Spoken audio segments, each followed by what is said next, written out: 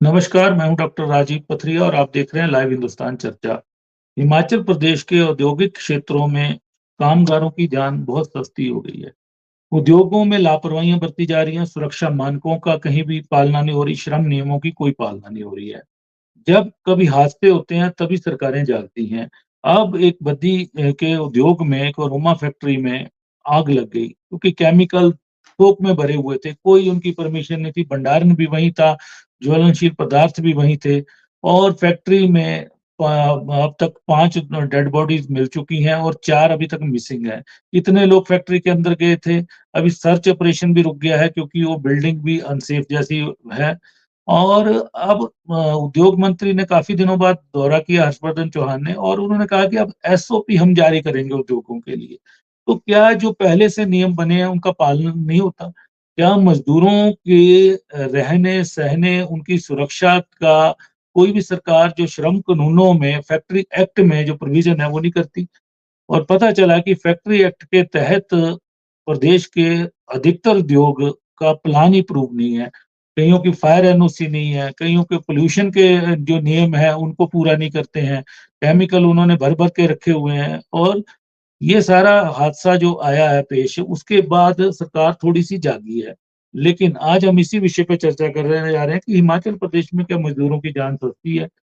और इस हमारे साथ चर्चा में भाग ले रहे हैं विजेंद्र महरा जी हैं, सीटू के नेता हैं, हमारे साथ जुड़े हैं। हरदीप सिंह बावा जी हैं, इंटक के प्रदेश के अध्यक्ष हैं। और राजू भारद्वाज जी हैं, भारतीय मज़दूर संघ के नेता हैं, वो हमारे साथ जुड़े हैं। तो मैं सबसे पहले विजेंद्र जी आपसे जानना चाहूँगा कि हिमाचल प्रदेश में उद्योग तो बहुत ज़्यादा नहीं है, लेकिन सबसे बड़ा हमारा एरिया है बद्दी-बरोटी वाला नालागढ़, बीबीएन जिसको हम बोलते हैं। लगभग 3000 से ज़्यादा कारखाने वहाँ पे हैं तरह-तरह के।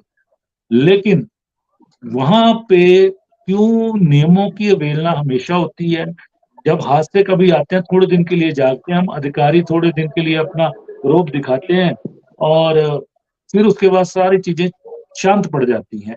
अब ये उद्योग था, इसमें भी तरह-तरह की नियमिताएँ थी कहीं न कहीं, इसीलिए इतने मज़दूरों की जान गई और अंदर कितने मज़दूर काम पे थे, ये भी कोई रिकॉर्ड नहीं कहीं न कहीं, पूरी तरह पुख्ता रिकॉर्ड नहीं है। जी, महाराज जी।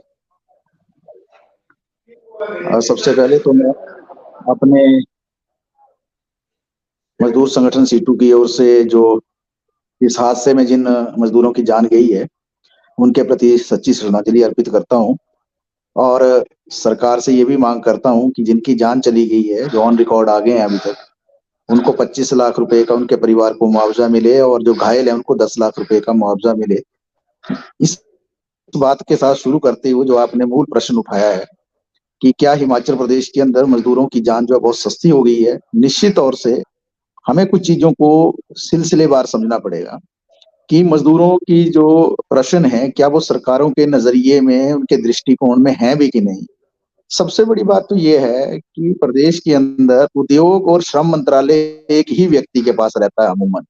अब मुझे बताइए, जी, उद्योगपति जो है उनके इंटरेस्ट और मजदूर के इंटरेस्ट क्या कभी एक जैसे हो सकते हैं? सही उद्योगपतियों बात के है। कुछ अपने मुद्दे हैं, उनका अपना कुछ काम करने का तौर तरीका है और उनके काम करने का जो पूरा पैटर्न है वो एक तरह से रहता है और मजदूरों की मांगें, समस्याएं और श्रम कानून और मुद्दे कुछ दूसरी तरफ रहते हैं। अगर दूसरी तरफ से देखा जाए कि एक जगह काम करते हुए भी उद्योगपति और मजदूर जो है वो विरोधाभास में अक्सर रहते हैं, क्योंकि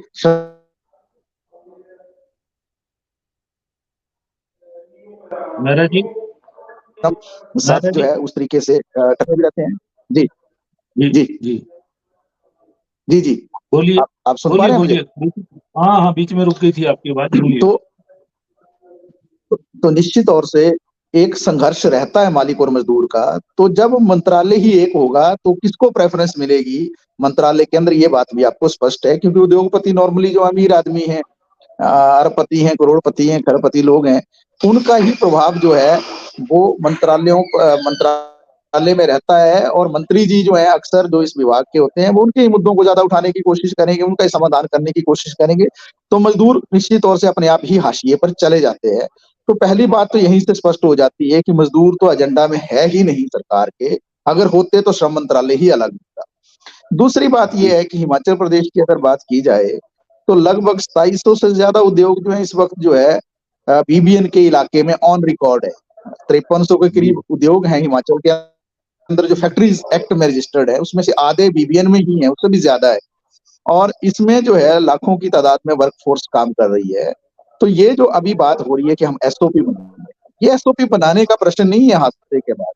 प्रश्न क्या है कि जो हमारे देश का कानून है क्या वो लागू हो रहा है? जब आप उद्योग लगाते हैं तब तो आप बोलते हैं हम सिंगल विंडो क्लियरेंस दे रहे हैं उद्योगपति को। बिल्कुल अच्छी बात है, जी दे दिया आपने सिंगल विंडो क्लियरेंस, उनके लिए सब कुछ आसान बना दिया। लेकिन क्या मजदूर के लिए भी कोई ऐसे नियम कायदे कानून जो है आपने इस तरीके से स्थापित किए? कितनी दुर्भाग्यपूर्ण स्थिति है कि आज का जो एक आधुनिक युग है उसमें किस लेवल की तकनीक जो आज दुनिया के अंदर है, एक फैक्ट्री के अंदर जहां पर फ्यूम बन रहा है, जहां ज्वलनशील पदार्थ हैं, जहां आग लगने का पूरा खतरा है, क्या वहां आगजनी को रोकने के लिए क्या जो प्रावधान होने चाहिए थे, जो इंस्ट्रूमेंट्स थे वो थे? क्या वहां पर और अन्य जो उसके लिए एहतियात बरती जानी चाहिए थी, क्या वो थी? वो कुछ नहीं था। तो ये अपने आप में क्या दिखा रहा है और हो कहाँ रहा है ये सारा हादसा? झाड़ माजरी के इर्द गिर्द के इलाके में ये हो रहा है और झाड़ माजरी के अंदर ही जो है श्रम विभाग का जो कार्यालय है, लेबर ऑफिसर वहां बैठते हैं ना, बीबीएन के लेबर इंस्पेक्टर वहां जी बैठते हैं। तो अमूमन क्या होता है कि जब भी फैक्ट्रीज और इंडस्ट्रीज में कोई काम होता है तो श्रम विभाग का काम ये रहता है कि औचक निरीक्षण भी वो कर सकते हैं, वहां जा सकते हैं, देख सकते हैं किस बात के लिए जो है फैक्ट्री विभाग के लोग जो है शिमला में या दूसरी जगह बिठाए हुए हैं और किस बात के लिए श्रम विभाग के अधिकारी झाड़ माजरी के अंदर ही बैठे हुए हैं। क्या उन्होंने कभी देखा नहीं किस तरीके से वहां पर उद्योग चल रहा है? और जिस तरीके से ये आगजनी हुई, ये तो एक अलग बात है। मैं राजीव जी एक बात आपके संज्ञान में लाना चाहता हूँ। इसमें बहुत जी सारी लीपापोती अभी होगी। क्या होगी? बेशक मुख्यमंत्री आएंगे, बेशक मंत्री जी वहां पहुंच गए, अधिकारी वहां पहुंचेंगे, लेकिन इसके लिए जिम्मेवार कौन होगा? क्या अधिकारियों पर कार्रवाई होगी? आपको मालूम है ना कि बीबीएन का एक इलाका ऐसा हो गया है कि जहां पर अधिकारी कई कई सालों तक बैठे रहते हैं। मतलब श्रम जी विभाग का जो एक अधिकारी बैठ गया है ना बीबीएन के इलाके में, मान के चलिए कि 3-4 साल के बाद अगर वो ट्रांसफर होके अपने आप ही जाएगा सिर्फ दिखाने के लिए कि मेरी ट्रांसफर हुई है, और 6 महीने के अंदर वापस लौट के उसी जगह आ जाएगा। तो क्यों? जी क्या इंटरेस्ट है अधिकारियों का वहां बैठने का? आपने देखे हैं कि कितने सारे ड्रग कंट्रोलर या ड्रग इंस्पेक्टर्स, उन पर कार्रवाइयां इन इलाकों में हुई हैं, भ्रष्टाचार में वो पाए गए हैं। आप स्वयं देख सकते हैं कि किस तरीके से उगाही जो है श्रम विभाग या दूसरे विभागों के लोग जो है यहाँ उद्योगपतियों से करते हैं, और फिर उद्योगपतियों के साथ पूरी मिली भगत करते हैं, पूरे नियम कायदे कानून को, श्रम कानूनों का वो गला घोटते हैं। तो एक बहुत बड़ा एक दिक्कत ये है कि सिस्टम के अंदर सारी चीजें इस तरीके से कुछ रच दी गई हैं कि जहां मजदूर अपने आप ही हाशिए पर चले जाते हैं। अगर मजदूर गलती से उस बात को उठा भी दे श्रम विभाग के अंदर, और श्रम विभाग में उन बातों पर जो है समझौता वार्ताएं या मांग पत्र पर चर्चाएं भी शुरू हो जाए तो सालों सालों चलती हैं, नतीजा कुछ निकलता नहीं है। तो हम ये कहना चाहते हैं कि जो ये घटनाक्रम हुआ अभी, ये घटनाक्रम के लिए सरकार पूरी तरह से जिम्मेवार है, क्योंकि सरकार के अंतर्गत श्रम विभाग है, फैक्ट्रीज का विभाग है, उसके अंदर अधिकारी हैं, उन अधिकारियों का काम ही है, उनको तनख्वाह ही इन मसलों के लिए मिलती है। और कितनी बार आप इन सारी चीजों पर लीपापोती करोगे? अभी कहा जा रहा है कि 5 लोगों की बॉडीज रिकवर हुई है, कुछ घायल है, लेकिन आप याद कीजिए 20 साल पहले क्या हुआ था। जो गड़शा में जब कुल्लू में बादल फटे थे और उस जी दौरान जो हाइडल बिल्कुल प्रोजेक्ट बन रहा था, तो ये दावा किया गया था विधानसभा के अंदर कि केवल 18 लोग मरे। लेकिन हकीकत सबको पता है, जहां सैकड़ों गाड़ियां ही बह गई थी, क्या वहां पर मजदूर सिर्फ 18 ही मरे होंगे उस बादल के फटने से? सैकड़ों बिल्कुल मजदूरों की जान गई होगी ना। लेकिन लीपापोती तो बिल्कुल ये हुई कि पानी में 18 लोगों समा की गई। गए, तो सैकड़ों यहाँ पर भी मजदूर निश्चित, पानी में मलबे में समा गए थे। मैंने तो खुद कवर किया उस हादसे को उस समय। जी हाँ तो बात वही है कि फिर आप आनन फानन में जागेंगे। फिर विधानसभा में आप एक कानून पारित आपने उस वक्त कर दिया था कि भैया ये सारा हादसा हो गया है, ठेकेदार ने जो है आई कार्ड नहीं दिए थे मजदूर को, इसलिए अब आई कार्ड कंपलसरी हो जाएगा। फिर 20 साल तक आप भूल जाएंगे, अब ये हादसा हो गया, अब आप सरकार कहेगी, मुख्यमंत्री कहेंगे हम विधानसभा में जी इस पर चर्चा करेंगे, कानून लाएंगे, या हम कैबिनेट के अंदर एसओपी तैयार करेंगे। एसओपी क्या तैयार करना है? देश के अंदर फैक्ट्रीज एक्ट है ना, उसके अंदर सारी चीजें स्पष्ट है। देश के अंदर जो कानून नियम इंडस्ट्रियल बने हैं। डिस्प्यूट एक्ट है उसके अंदर सारी चीजें स्पष्ट है। देश के अंदर इवन की इंडस्ट्रियल एम्प्लॉयमेंट ऑर्डर्स जो है, जिसको मॉडल स्टैंडिंग ऑर्डर्स कहते हैं, उसमें सारी चीजें स्पष्ट है। देश के अंदर जो मिनिमम वेजेस का 1948 का कानून है, उसके अंदर किस किस तरीके के रजिस्टर बनने चाहिए, क्या पूरा रख रखाव होना चाहिए, पूरा उनका क्या रिकॉर्ड होना चाहिए, ऑनलाइन किस तरीके से रिकॉर्ड बनना चाहिए, मजदूरों की पूरी दर्जगी किस तरीके से होनी चाहिए, सारी बातें तो पहले ही कानून में है। मूल प्रश्न तो कानून को लागू करने का है, जिस सरकार पूरी तरह से चूक गई है। और इसलिए हम कह रहे हैं कि इसमें सरकार को जी इसकी पूरी लेनी पड़ेगी, इसकी सरकार को जिम्मेवारी लेनी जी पड़ेगी सारे घटनाक्रम जी की। जी जी जी बाबा जी, अ, जी मेहरा जी ने बड़ा कहा, क्योंकि आप श्रमिक संगठनों का प्रतिनिधित्व करते हैं, लेकिन मजदूरों की जान को सस्ता समझा जाता है। कहीं ना कहीं सरकारें भी उस चीज को नहीं समझ पाती। वहीं पे जो अधिकारी आपके, खासकर बीबीएन में अधिकारी, पिछले 20 साल का रिकॉर्ड वहां का उठा लिया जाए, 20-22 साल का, तो कुछ अधिकारी वहां पे परमानेंट बैठे हुए हैं, कुछ बीच में 6 महीने का कूलिंग पीरियड काट लेते हैं, जैसे कि मेहरा जी ने कहा।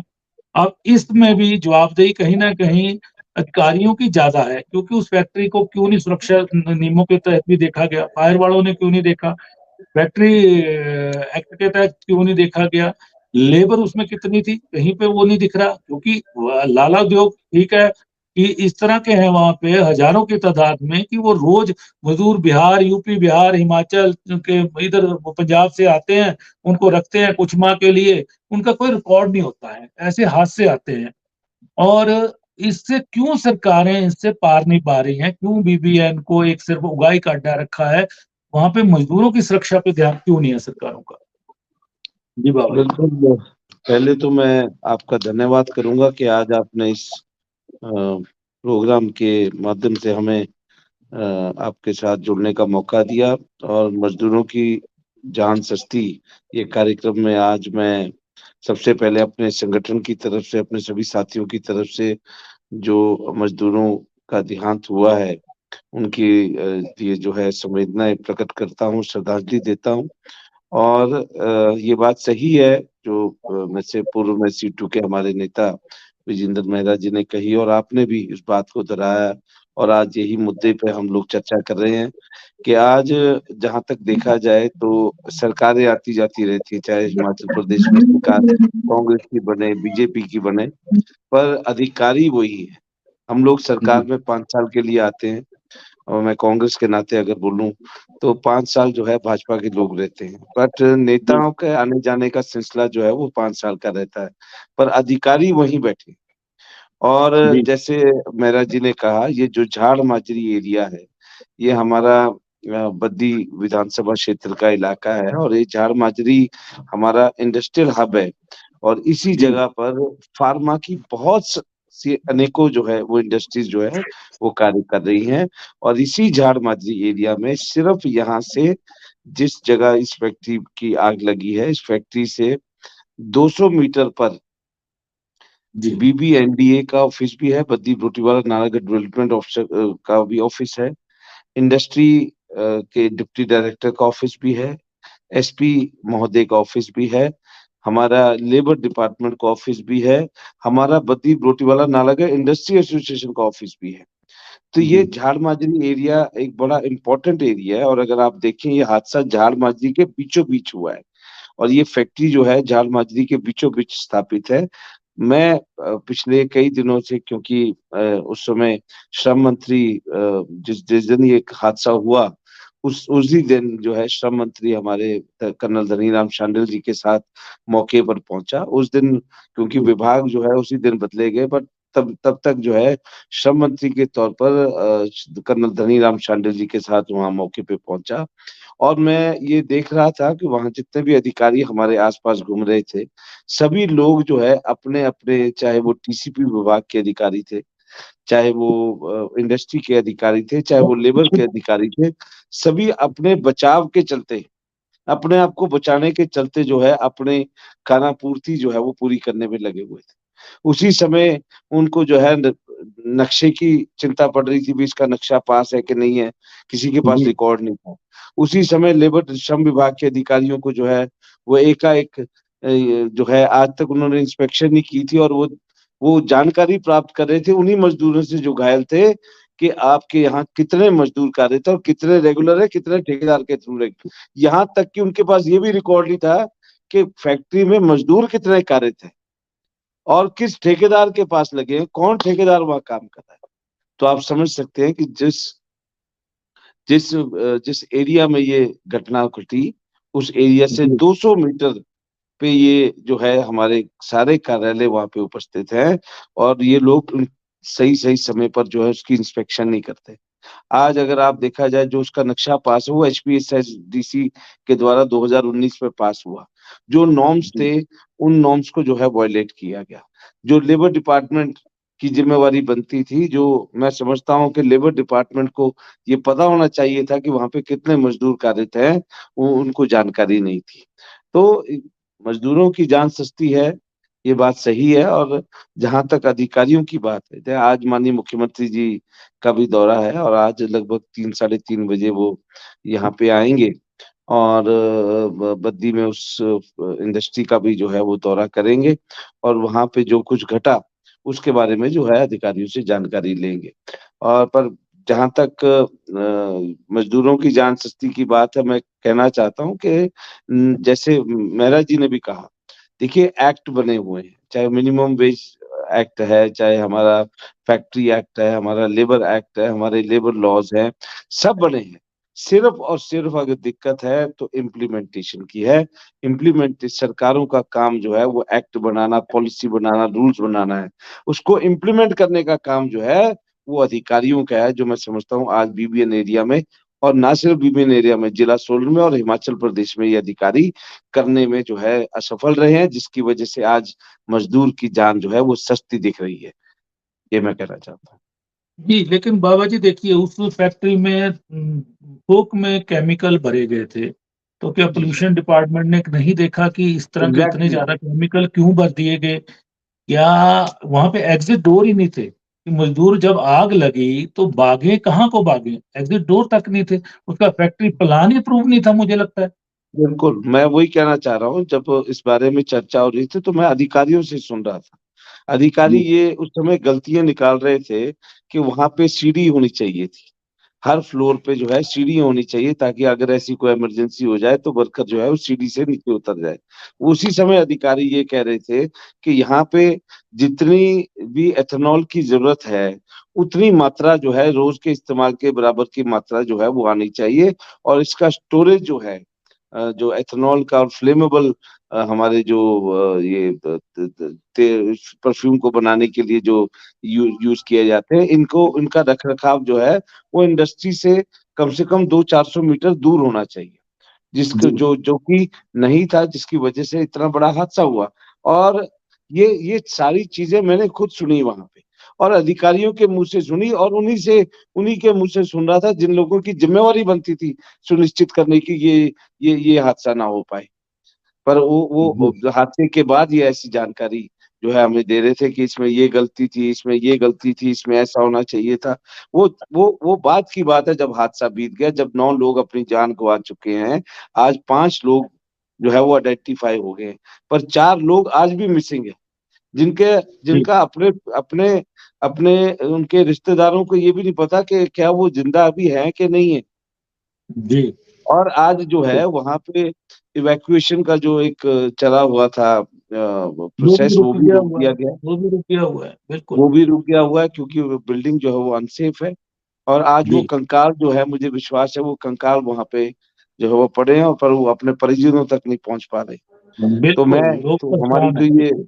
आज मैं भी माननीय मुख्यमंत्री जी से मैं वहाँ मिलूँगा और मैं आग्रह जी, करूँगा कि जल्द से जल्द बिल्डिंग को जो है, अगर वो अनस्टेबल है, जी, उस बिल्डिंग को जो है जी, वो गिराया जाए और कंकाल जो है वहाँ पे है उनको जो है रिकवर करके जो है परिजनों को जो है वो दिए जाए। एक उसमें एक और है तो हमारे हिमाचल प्रदेश की चंबा की है। और बिल्कुल, बिल्कुल। जो जो अभी मिसिंग है, चंपा। जी, तो जी, मैं ये कहना चाहता हूँ, सवाल हिमाचल प्रदेश से या किसी और राज्य के मज़दूर का नहीं है, सवाल 4 लोग आज भी मिसिंग है, उनकी बॉडी को वापस जो है रिकवर करना वो बहुत बड़ा बिल्कुल, जो है वो बिल्कुल। ज़िम्मेवारी है सरकार जी, की। और ब अभी तक मुआवज़ा कोई के लिए मुआवज़ा मुआवज़ा भी सरकार को देना पड़ेगा। मेहरा जी, आपको याद होगा उपहार सिनेमा का जब हुआ था हादसा, उसके बाद फायर डिपार्टमेंट बड़ा जागा, हर चीज़ हुई।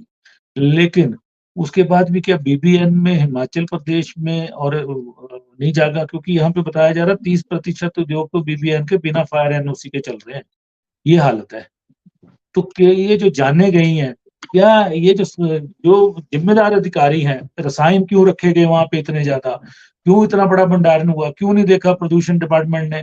क्यों नहीं फैक्ट्री इंस्पेक्टर ने उस चीज़ को देखा कि इसमें प्लान इसका अप्रूव नहीं है। ये बता रहे हैं बाबा जी की देखो उसका प्लान ही SIDC से अप्रूव हुआ है, BBN जो TCP का वो तो प्लान ही अप्रूव नहीं है। इन सब जिम्मेवार अधिकारियों के खिलाफ क्यों ना क्रिमिनल मुकदमा दर्ज करे मुख्यमंत्री, बड़ा एक्शन लें, ताकि एक संदेश दें कि आगे से किसी की मजदूरों की जान क्या किसी भी जान को सस्ती ना समझा जाए।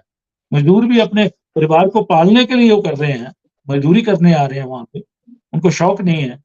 तो ऐसे एक कोई साबित करें मुख्यमंत्री, कुछ ऐसा मील का पत्थर लगाएं, ऐसे अधिकारियों को कहीं ना कहीं करें। जी निश्चित तौर से कार्रवाई तो होनी चाहिए, वही तो मुद्दा है। लेकिन मुद्दा क्या असल में, आपने बार बार इस बात को रिकअप किया कि एक्चुअल में अधिकारी ही वही है ना वर्षों से, और क्यों है। आपको एक चीज मतलब आपने देखा भी, हिमाचल प्रदेश के अंदर एक बड़ा घोटाला प्रमुखता से सामने आया था इस सरकार के बनने के बाद, वो जो हमीरपुर का बोर्ड जी कई वर्षों से वहां पर था।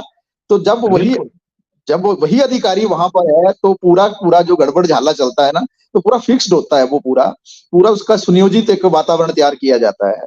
तो जो आप कह रहे हैं कि ये जो अधिकारी है इन जगहों पर है, एक तो जो सरकार को तुरंत पहला काम ये करना चाहिए कि इनकी रिशफलिंग करनी चाहिए, इनको हटाना चाहिए, क्योंकि ये ऐसी जगहें हैं, संवेदनशील जगहें हैं, जहां पर एक ही अधिकारी को जब आप रखते हैं वो पैसा इकट्ठा करने का काम करते हैं। आपको याद होगा, आपने इस बात को रिपोर्ट भी किया था कुछ पत्रकार लोगों ने, पिछली सरकार के समय में एक मंत्री चंडीगढ़ के अंदर लाखों रुपए के साथ जो है वो मतलब आप सबको मालूम है वो चीज को बाद में छिपा दिया गया, लेकिन वो पाए गए वहां। ये चंडीगढ़ का इलाका BBN से बहुत नजदीक है ना, और आपको मालूम होगा कि उसी समय में एक अधिकारी जो है यहीं का BBN का वो परमाणु के बॉर्डर के पास जो है 5 लाख रुपए के साथ जो है उसको पकड़ने की बात आई थी, लेकिन उसको आनंद फानंद ने सरकार ने हस्तक्षेप करके बचा दिया था।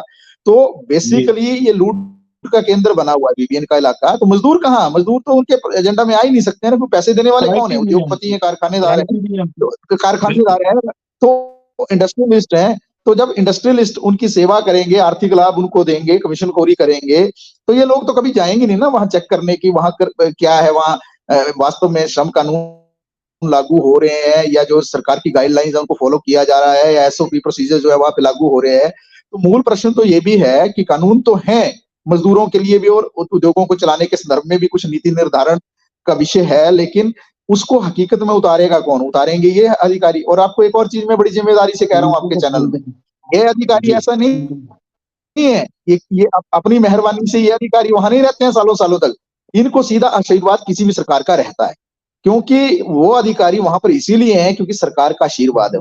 और सरकार का आशीर्वाद क्यों है वो भी किसी से छिपी नहीं है, वो ओपन सीक्रेट है, सबको मालूम है कि क्या पूरा गड़बड़ झाला चलता है। तो हम तो ये कहना चाहते हैं कि सरकार को जो है तुरंत हस्तक्षेप करना चाहिए इस विषय पर। और अब वाकई में अगर ये सरकार कह रही है कि हम व्यवस्था परिवर्तन करने आए हैं, हम चीजों को बदलने आए हैं, तो आप दिखाइए, क्योंकि प्रदेश के अंदर अभी जो मजदूर काम कर रहे हैं फैक्ट्रीज के अंदर, जो पूरा आंकड़ा है पूरे प्रदेश के अंदर 3.5 लाख से ज्यादा तो सिर्फ फैक्ट्री में है मजदूर। सिर्फ फैक्ट्री की बात मैं कर रहा हूँ, दूसरी इंडस्ट्रियल एस्टेब्लिशमेंट की बात नहीं मैं कर रहा हूँ, या मनरेगा निर्माण मजदूर की बात नहीं कर रहा हूँ।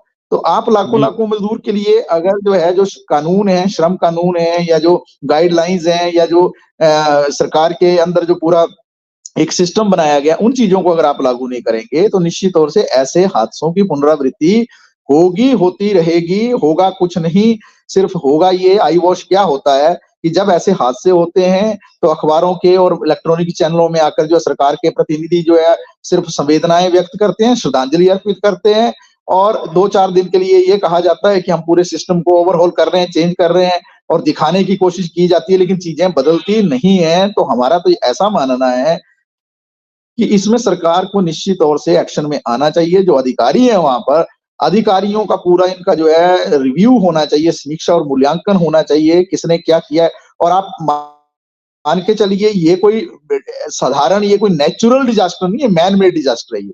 आपने जैसा कहा ज्वलनशील पदार्थ भी तो उतना ही रखा जाएगा ना फैक्ट्री में जितनी जरूरत है, उसके लिए बाकायदा कोई स्टोर होना था ना, जो दूर होना था, अकेली जगह में होना था, जिससे मतलब जो वहां सिविल सोसाइटी है उसको कोई खतरा ना होता, लेकिन वो हुआ नहीं।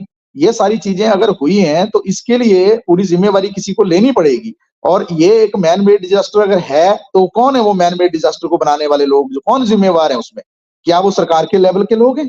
क्या वो अधिकारी हैं? अगर उसमें पूरा अगर वाकई में इसका दूध का और पानी का पानी अगर निकालना चाहती है सरकार, तो हम तो मांग करते हैं कि इस पे तो जुडिशियल इंक्वायरी इनिशिएट होनी चाहिए ना। कोई हाई कोर्ट का सिटिंग जज जो है इसमें इंक्वायरी करे, क्यों करे?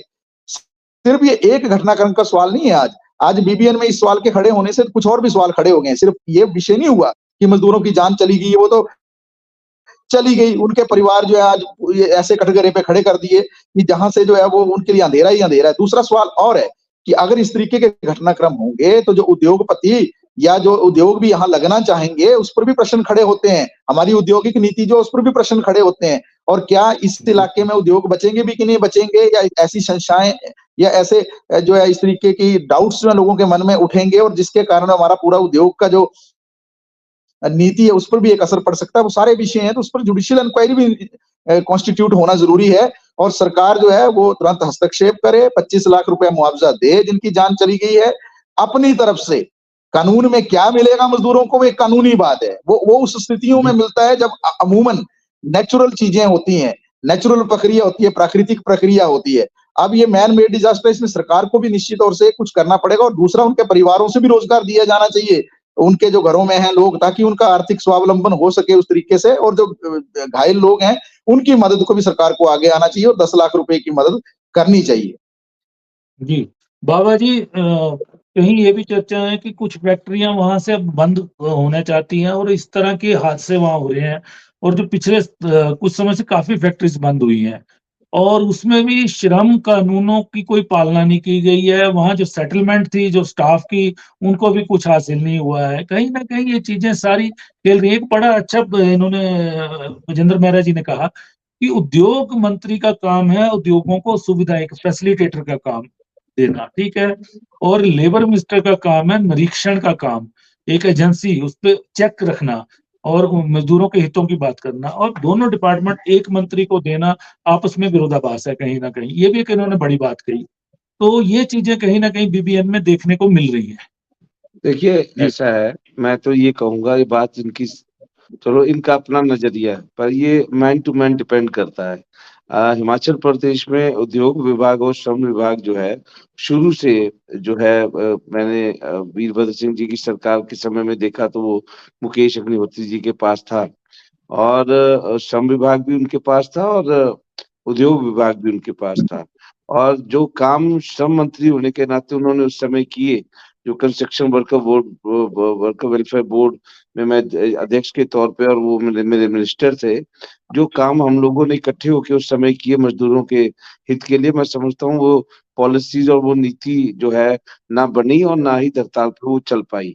और एज इंडस्ट्री मिनिस्टर जो काम उन्होंने किया, ऐसा नहीं मैं उनकी तारीफ कर रहा हूँ, पर मैं ये इंडस्ट्री के लोग भी मानते हैं और ये श्रमिक भी मानते हैं, जो काम उनके समय में हुआ, एक बड़ा बैलेंस जो है उनके द्वारा रखा गया। और पूर्व की जो भाजपा की सरकार थी उस समय भी जो है उद्योग मंत्री जो है विक्रम ठाकुर थे और श्रम मंत्रालय भी उनके पास था। वो खुद भी श्रमिक रहे हैं, एनएफएल में जो है वो जूनियर वर्कर रहे हैं बिल्कुल, और डॉक्टर हमारे मधु सिंह नेता हाँ, रहे और हैं उस एनएफएल समय। में वर्कर रहे हैं। और मैं ये कहूंगा उन्होंने भी कहीं ना कहीं चलो एक बैलेंस रखने का काम किया। तो मुझे विश्वास है कि हर्षवर्धन जी भी एक जो है कांग्रेस पार्टी के सीनियर नेता है और सुलझे हुए व्यक्ति हैं, और एक बैलेंस रखते हुए जो है वो अपना दायित्व जो है वो निभाएंगे। वो जहाँ उद्योग के प्रति उनका जो दायित्व बनता है वो वहां निभाएंगे, और जो श्रमिकों के प्रति उनका दायित्व बनता है तो निश्चित तौर पर यहाँ पे भी अपना दायित्व निभाएंगे। पर मैं ये कहना चाहता हूँ, जहां तक लेबर डिपार्टमेंट की बात है,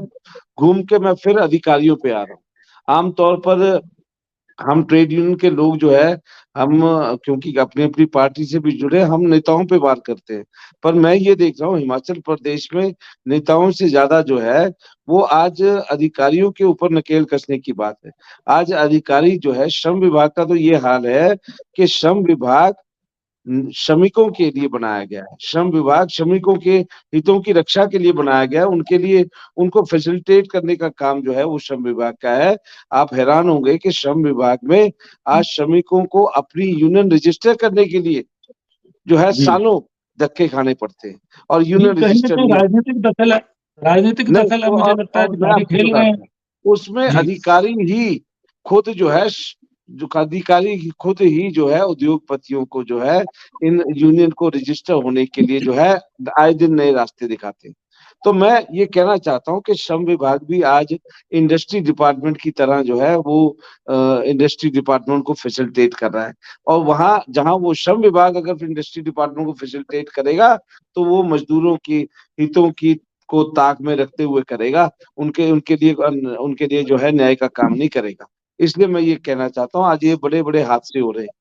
आज श्रम विभाग ने अगर सही काम किया होता तो वहां यूनियन रजिस्टर होती, तो आज यूनियन के पास रिकॉर्ड होता, आज कंपनी के पास रिकॉर्ड होता, यूनियन के पास रिकॉर्ड होता हमारे पास कितने मजदूर है, किस काम पे लगे, कितने रेगुलर है, कितने कच्चे हैं।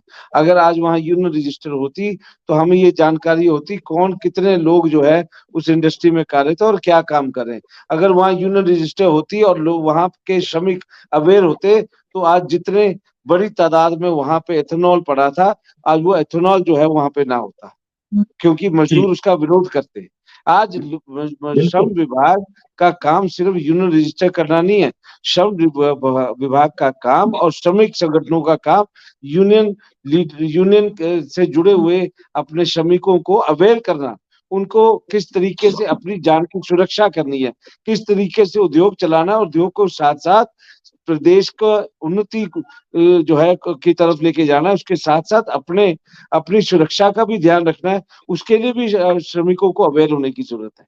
आज वहां पे जो है कोई अवेयरनेस ना तो डिपार्टमेंट ने दिखाई, ना वहां उद्योगपति ने कोई जो है अपनी जिम्मेवारी समझी, ना श्रम विभाग के अधिकारियों ने जिम्मेवारी समझी, ना इंडस्ट्री डिपार्टमेंट ने जिम्मेवारी समझी, ना टीसीपी ने जिम्मेवारी समझी, ना बीबीएनडी ने जिम्मेवारी समझी, ना बीबीएनआई ने जो है जिम्मेवारी समझी।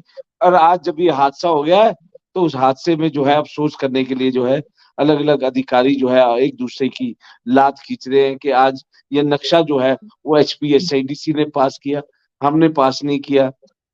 आज दोषारोपण जो है सभी अधिकारी एक दूसरे के ऊपर कर रहे हैं, तो ये सब दोषारोपण जो है रुक सकते थे, ये हादसा टाला जा सकता था अगर वहां के श्रमिक अवेयर होते। हमारे यहाँ पे श्रमिक को अवेयर नहीं किया जा रहा, हमारे यहाँ पे कोशिश की जाती है कि यूनियन ना बनाई जाए, मजदूर अपने हितों की जानकारी, अपने हकों की जानकारी जो है उससे जो है वो परे रहे और अपने हकों की जानकारी ना हो, वो जो है मजदूरी मिनिमम वेज से भी कम जो है उसको मजदूरी मिले और वो आने वाले और वो जो है अपनी जान के साथ खिलवाड़ जो है उनके साथ होता है, जिसका नंगा नाच जो है हम लोग देख रहे हैं। जी, चलिए तो आज हम चर्चा कर रहे थे कि BBN क्षेत्र में मजदूरों का शोषण हो रहा है, श्रम कानूनों की धज्जियां उड़ाई जा रही हैं, वहीं पे मजदूरों की जान को सस्ता बना दिया गया है। उद्योगपति ना तो नियमों का पालन करते हैं, जो अधिकारी वहां पे बैठे हैं वो भी अपनी ड्यूटी तरीके से नहीं निभा रहे हैं। आज चर्चा में यही उठा कि अधिकारी वर्षों से वहां पे तैनात रहते हैं, बीच में थोड़े समय के लिए इधर उधर चले जाते हैं, फिर आ जाते हैं, बार बार 20-25 सालों से वही अधिकारी हैं और कहीं ना कहीं ये एक गुराही का अड्डा भी बना हुआ है। उन अधिकारियों की शिकायतें भी आती हैं लेकिन सरकारी एजेंसियां उन पर कार्रवाई नहीं करती हैं। अब इतना बड़ा हादसा हुआ है, मजदूरों की जान गई है, कुछ की अभी तक बॉडी नहीं ढूंढी जा पा रही और कोई मजदूरों का रिकॉर्ड नहीं था फैक्ट्री के पास। इतना केमिकल वहां पे भरा पड़ा था, इथेनॉल भरी पड़ी थी, उसका भंडारण जबकि अलग जगह होना था, तो संबंधित विभाग को जवाबदेह करना चाहिए। बिल्डिंग प्लान अप्रूव नहीं था कहीं ना कहीं TCP से, BBNDA से, और वहीं पे फैक्ट्री एक्ट के तहत वहां पे कुछ नहीं था, फायर की NOC नहीं थी। अब एक SIT को गठित कर दी है प्रदेश सरकार ने, लेकिन इसकी मजिस्ट्रेट इंक्वायरी प्रॉपर तरीके से, जैसा कि इंटक अध्यक्ष का कहना है कि हाई कोर्ट के सिटिंग जज से इसकी इंक्वायरी कराई जाए ताकि पता लगे कि वहां पे क्या खामियां थी, कि कौन अधिकारी दोषी थे और उन पे भी क्रिमिनल मामले दर्ज हों, उनकी जवाबदेही तय हो और मजदूरों को उचित मुआवजा भी मिलना चाहिए जिन उनके परिजनों को जिन्होंने इस हादसे में जान गंवाई है। तो आज हमने इसी विषय पे चर्चा की, आप सबने चर्चा में भाग लिया, मैं आप सबका धन्यवाद करता हूँ।